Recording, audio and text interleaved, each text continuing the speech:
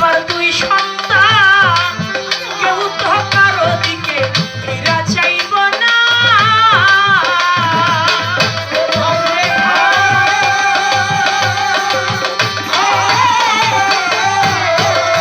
জগতে ভাই রাখবে না ভাইয়ের মা, একই বাবার দুই সন্তান কেউ তো কারো দিকে ফিরা চাইব না।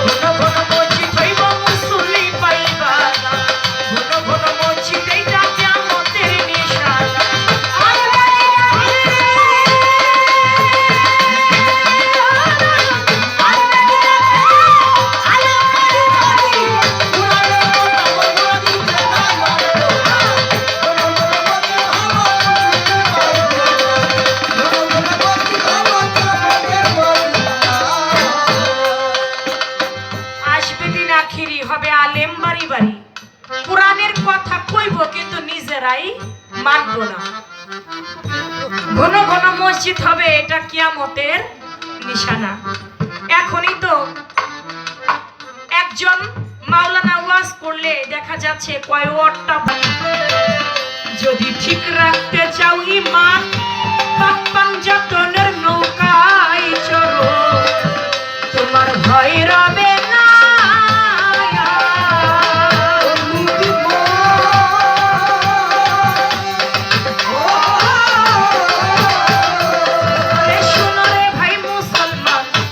যদি ঠিক রাখতে কেউ চাও ঈমান, পাক পাঞ্জাতনের নৌকায় চড়ো, ভয় রবে না।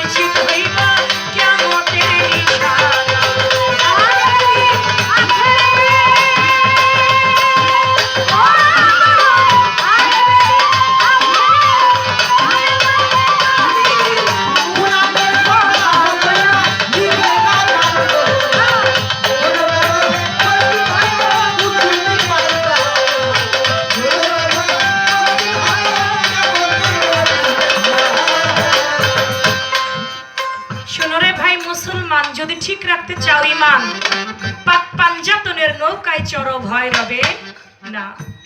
পাক পাঞ্জাতন করা আমার দয়াল নবী হাসান হুসাইন মাওলা আলী মা ফাতেমাতুজ জোহরা। এই পাক পাঞ্জাতনের মহব্বত যার অন্তরে নাই, আমার দয়াল নবী বলে সে কাটটা কাফের দোজকের কীট হয়ে সে মারা যাবে।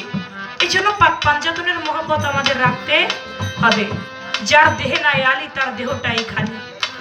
পরিপূর্ণতা রাখতে হবে, পাক পাঞ্জাতনের মহব্বত রাখতে হবে আমাদের অন্তরে। কারণ আমার দয়াল নবী আমাদেরকে দেখিয়ে গিয়েছেন একটা পবিত্র কোরআন, আরেকটি হচ্ছে আহলে বায়াত।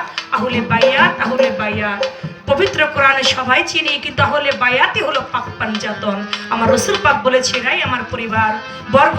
তাই পাক পাঞ্জাতনের অনুসারী আমাদের হইতে গেলে, একজন কামিল মুকাম্মিল মুর্শিদের কাছে গেলে তখনই পাক পাঞ্জাতনের অনুসারী